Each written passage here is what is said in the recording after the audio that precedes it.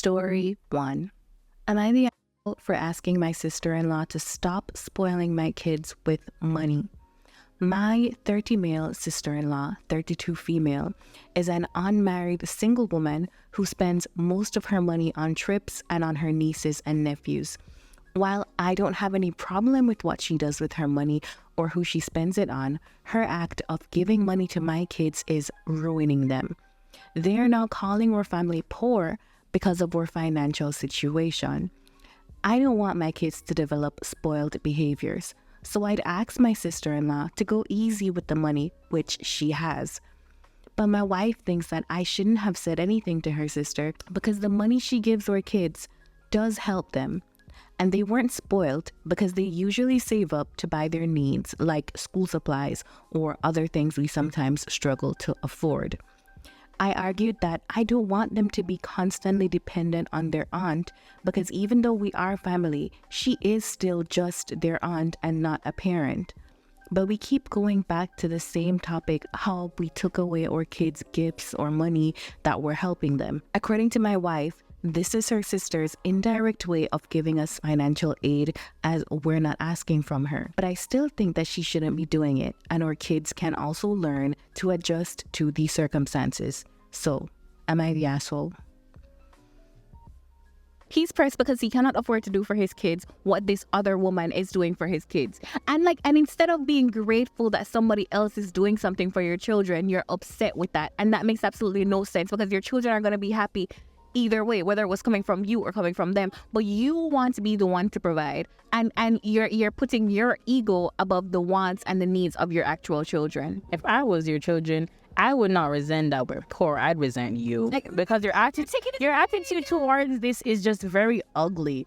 Okay, it's very ugly. You're kind of teaching your children like, if I am suffering and down in the dumps, I should never accept unconditional help. That's just trying, just what kind of thing are you teaching your children, that you should just be super hyper independent and always work for what you got? If you don't have it, just suffer without it? Would you rather your kids suffer? You know what?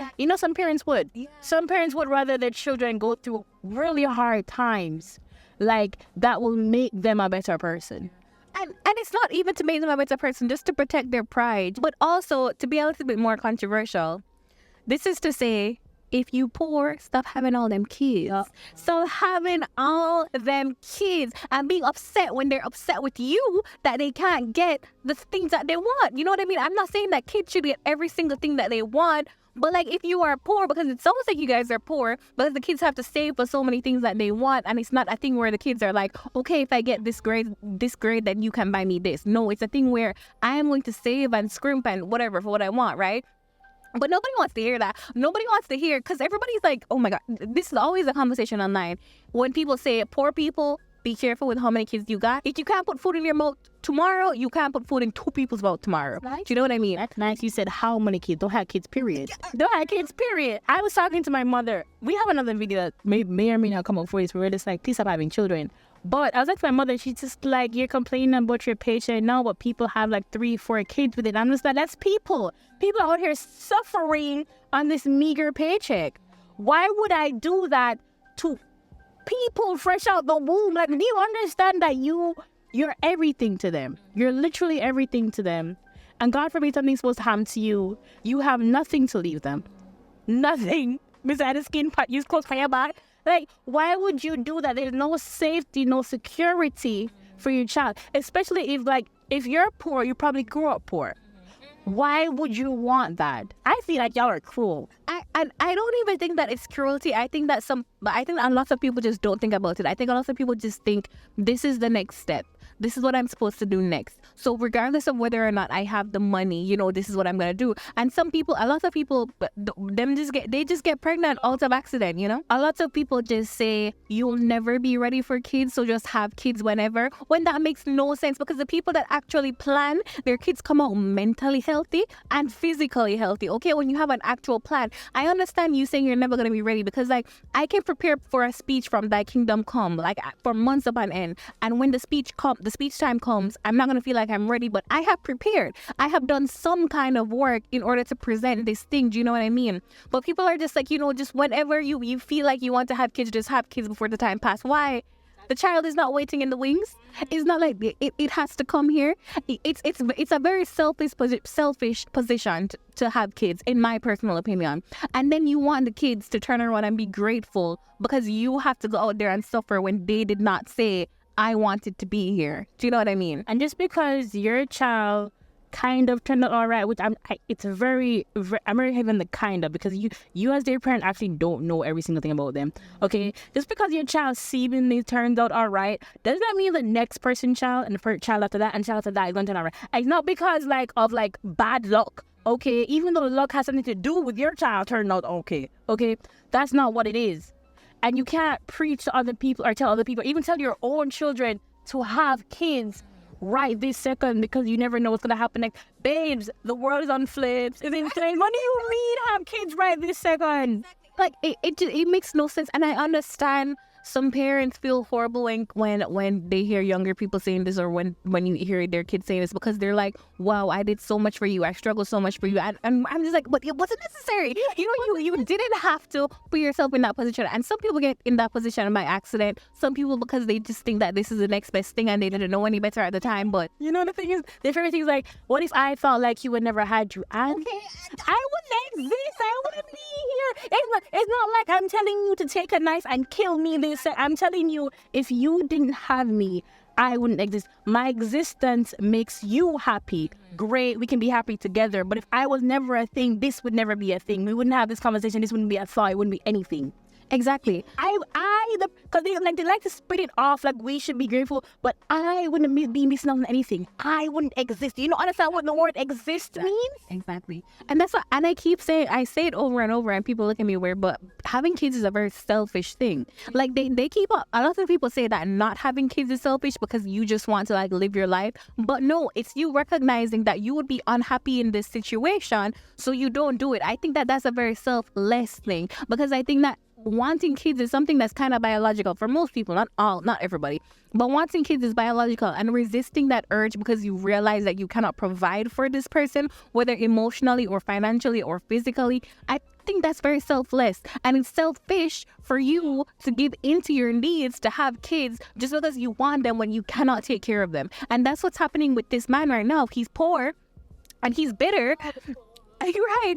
He's poor and he's bitter because he can't take care of his kids. But instead of going to the aunt and being like, oh my God, thank you so much for helping me and for assisting me with taking care of my kids. No, he's bitter and he's taking shit away from his kids. Anyways. Story 2. Am I the asshole for not wanting people to show up to my house unannounced 12 weeks postpartum?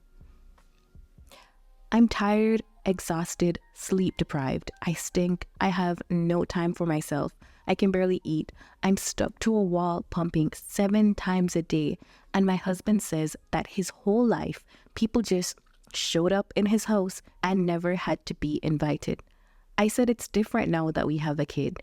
He said he doesn't know what the big deal is to just letting people in to meet the baby when they show up. Can someone write me a good one to say to my husband? I think I'm gonna go crazy. He's older than me by 12 years, yet he acts like an effing child.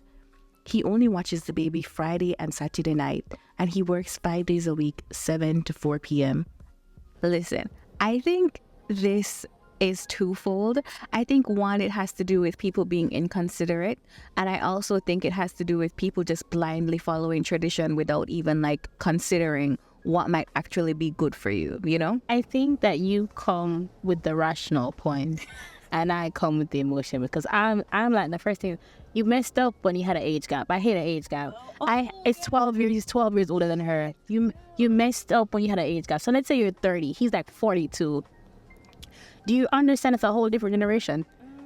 That is true. The generational difference. You guys have 2 different ways you approach life because you grew up in 2 different generational households. It might be a generation gap thing, but I also feel like there are considerate people that are 12 years older than me right now. You know what I mean?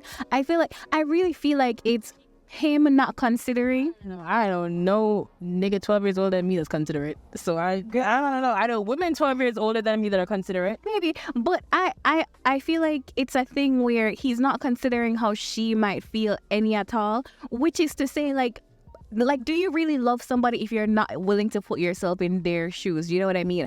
And also, he's clinging on to tradition with both hands without considering what that tradition actually means and just doing it for doing its sake. But because people normally come to your house all the time doesn't mean that it's the same now or the same with this specific person, because that doesn't even matter the generation, it just matters the person. So your mother and your father were quite fine with their friends just popping in every 2 seconds, that's fine. But this girl or this OP is not that type of a person, so why not? Like, I still feel like it's a generational thing and a patriarchal thing, because because you're taught, at least by the old generation, that have your house be presentable at all times, because you never know who's gonna pop up, right? Even more so when you have a new addition to the family, that friends and family, people who you don't even see a little word to, are gonna pop like, oh, I hate you, have a child, oh my god, let me hug and squeeze them for 5 minutes and then F off.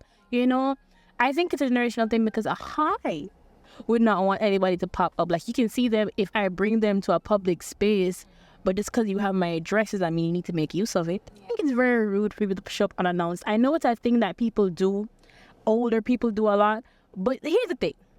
I'm not a messy person, but a house is bound to get messy when you're rushing in and out daily, or just daily things, right? And sometimes you don't want to pick up after yourself right this second. And sometimes you're down in the dumps and things accumulate, especially postpartum, right? So no, you cannot show up to my house unless I ask you over. Unless, of course, you are my best friend, you over here to help. Exactly. You're over here to help. and these people are not coming over to help. It's a showcase for them. It's for them to see new lives, and they're not going to contribute at all to. And oh my gosh, you did well. Babes, I don't need your high five. Exactly. I really don't. As long as you're not mean or disrespectful to my child, that's all. You can send love from afar. This comment says, so are we to assume that this baby never sleeps? 3 months in and you still live like the baby is 7 days old? Why do you stink exactly? None of this matters. It doesn't matter why she's stinky. It doesn't matter if the baby is 10 years old. If I don't want anybody in my house, I don't want anybody in my house. Yeah, but also, have you met a newborn? Like literally, have you met? What do you mean it's been 3 months, this baby never sleep? I'm sorry, is the baby supposed to be on a schedule with visitors? I mean, babies are supposed to be on schedules, but No, babies in turns, because visitors will come they'll just be like, oh, it's 10 a.m. I have nothing to do, let me pop up. Oh, it's 6 p.m. I'm coming from work. They live 2 streets from me, you know what I mean? They don't have a schedule. Why should my child have a schedule to be presentable for guests? And I'm fresh out the womb. Exactly. And also, you don't know my baby's sleep schedule. So am I supposed to just make a group chat of every single person that I know? And then know. Exactly. And then tell them this is when the baby sleeps, so this is when you can come from, this is when you can't come. And I don't understand, because whether the baby's 3 months old or 1 year old, babies are terrors. Yeah. Okay? You never know. They're very unpredictable. They're fresh out the womb. You don't know their patterns. And the pattern 3 months is not a pattern 6 months in, or 9 months, a year and a half, 2 years later. Are your patterns as an adult the same 3 months? I'm just sorry, that. Please come off the internet, please. Thanks for watching and listening, guys.